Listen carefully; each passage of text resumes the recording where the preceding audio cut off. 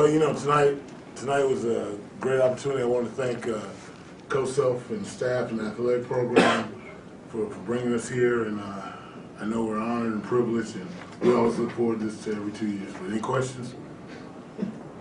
Coach, you can talk about the second half. It's hung in there pretty well for the first half, and then just kind of what you thought. Yeah, I know. Been here before in the 80s and 90s, I know. Yeah. It's a special atmosphere. This is a talented team.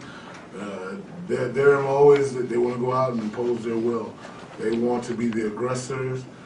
They go 11 deep, and the biggest thing is when we were able to have poise and patience and execute our offense, we got some good things done. I mean, we cut it to 16. Coach Self called a timeout. They were grouped. We didn't handle their pressure. We didn't capitalize on some mistakes they made, and they capitalized on the ones we made. Jay, what were your guys' offensive expectations coming in, and how do you feel like you guys were able to execute? For us? Yes. Well, I mean, we're going to Vegas next week, so we didn't really put everything in. We just kind of did some basic things. But overall, I think we did all right. We could have moved the ball from side to side better, the simple things. But besides that, we did a decent job. Coach, what were your expectations coming in? Well, the biggest thing was after seeing the game against Washburn, was handling their pressure, was trying to execute, trying to be a team of execution. And we went to the free throw line 36 times and went 21 for 36. The biggest disappointment was I thought we would have a better assist to turnover ratio, but we didn't. I thought at times we played through the physicalness, and at other times we didn't. I thought when we had chances to seize the moment and capitalize, we didn't. And especially when they got offensive rebounds, we got close to the basket. I thought we weren't the aggressors. They had a lot of and ones, and they got the crowd going. And in a place like this, you can't let that happen. How do you evaluate a game like this maybe differently than you would?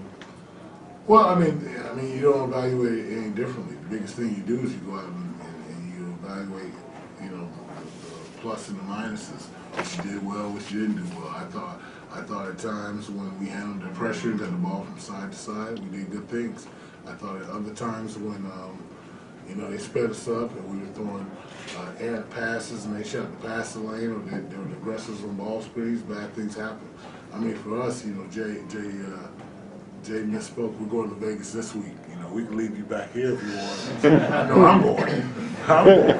But we're going to Vegas Thursday. We play Friday, Saturday in the conference challenge in the Division II level. That's huge because those are regional games and they help with at-large bids if you don't win the conference title outright or the tournament. But hey, we're going to break it down. We're going to watch film. We're going to get ready for Friday and Saturday. Jay, what were some of your big shots that you made? You made some deep threes. What was it like shooting a deep three in this kind of a building? I mean, it's cool, but I mean, as a shooter, I'm working the shot around, giving it taking what they're giving us, and so they might have been deep, but I thought that they were in the offense, so I thought that they were good shots. Some of them went in. For both of you players, could you just talk about, obviously they have size, speed, depth, all those advantages, but they don't let up either. I mean, is that overwhelming at times that they still bring that kind of energy and effort defensively, especially when they already have all those advantages? I mean, playing these kind of teams, early, it gives us a good look for, when we go play in conference and when we go play in these, the Vegas games, because, them speeding us up makes us, when we go to these different tournaments and in our conference, it basically shows us, how it's supposed to be played, how we should impose our will on the game as a whole. Well, I think that what we can take from it is how disciplined they are. Like, we'll look at the film, they'll be in the right spots, we need to be in the right spots, all that stuff. But in the beginning, when you start off, it's a little overwhelming, but you get used to it as you're going in. I mean, it's going to be crazy playing in front of how many are it holds, but I think that we held around for a while. Terrence, talk a little bit about the defensive goals you had coming in, especially that first half. It looked like you were able to pressure them pretty effectively and kind of keep making them have to work for their stuff. I mean, the first half, I mean, of course it's easy because we're right by our bench. So I mean, we always have Coach V in our ear. But I mean, going into the second half, me as a leader, and me and us having a new team, it's my job to keep us disciplined and keep those things that V's telling us on the other end. Basically, emphasize those things on the other end. And, good things can happen. So we just got to stay disciplined and look at the film and work on it.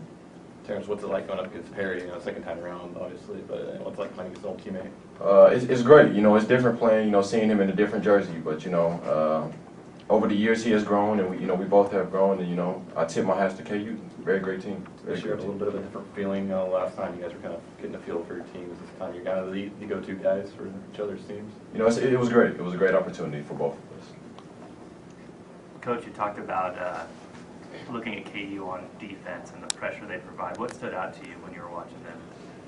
Well, it just stood out to me the way they communicated, the way, anytime we tried to adjust on the ball screens, they communicated and they adjust with us also. We tried to wiggle the ball screen, meaning change the angle of the ball screen, and they were talking, they were communicating, they were flying around. That's a sign of a championship team right there. I don't know if they're going to win it all or not, but they have the characteristics because, they play so hard. That's the biggest thing. You come off the bench with Cliff Alexander, and he's just a beast.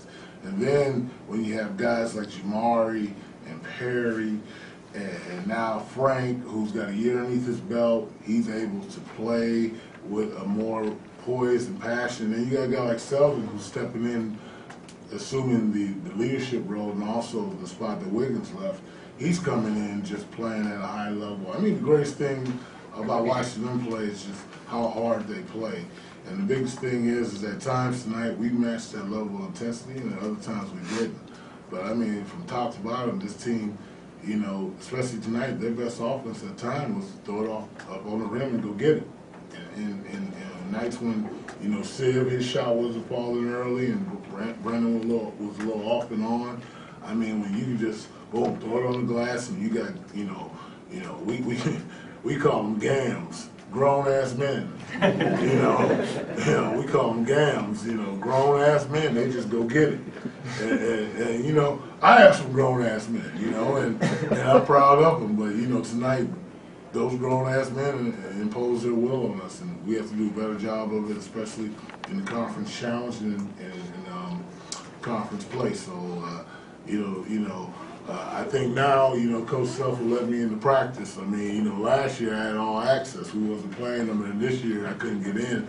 So in the next couple of weeks we'll get down and we'll watch some practice and compare notes and try to steal some things they do. But like I said, Coach Self, his staff, they done a great job, and the state of Kansas, especially Jayhawk fans, should be proud of what they're doing.